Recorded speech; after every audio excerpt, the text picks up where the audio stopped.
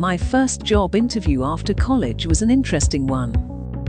The person who interviewed me, who would later become my boss, was an admirable person. However, I was surprised at the massive pile of clutter on his desk when I walked into his office for the first time. While I worked there, he'd once in a while clear it off, but it was full of papers most of the time. Now, don't get me wrong, I have huge respect for the guy, and I understand how hard organizing can be. But there's a lot to be said of how much joy it can bring when you become consistent at being tidy. Studies show that clutter is a source of decreased motivation, productivity, and happiness. Famous author Marie Kondo described the KonMari method used for decluttering a closet.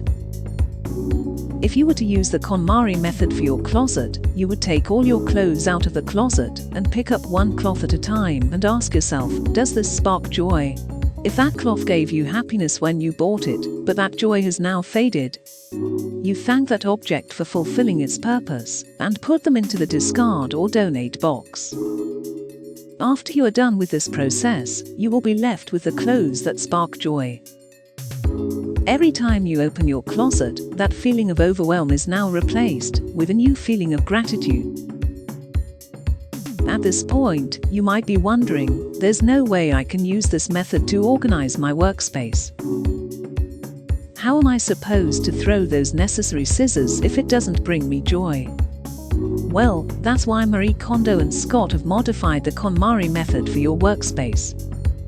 This method involves getting rid of things that does not fit in these three categories. First, is it necessary for my job? Second, does it contribute to a joyful future? Lastly, does it spark joy? For example, try using these three questions to organize your book section or manuals. Start by gathering all books and manuals and build a single pile, then pick up one book at a time and ask these three questions. Is it essential for my job? Will this contribute in the future? Does this bring joy? If a book doesn't answer yes, put it in a donate box or discard it and be grateful to it for the time it helped you and sparked joy in some ways.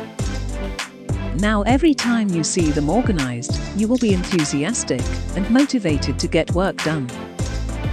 Do the same with your desktop and mail, and organize them so that each moment you get into it, you will get a boost of energy, and it can be a source of your joy. Sometimes the smallest step in the right direction ends up being the biggest step of your life. Remember, you are one habit away from changing your life. Subscribe to Be Monk for helping you do just that.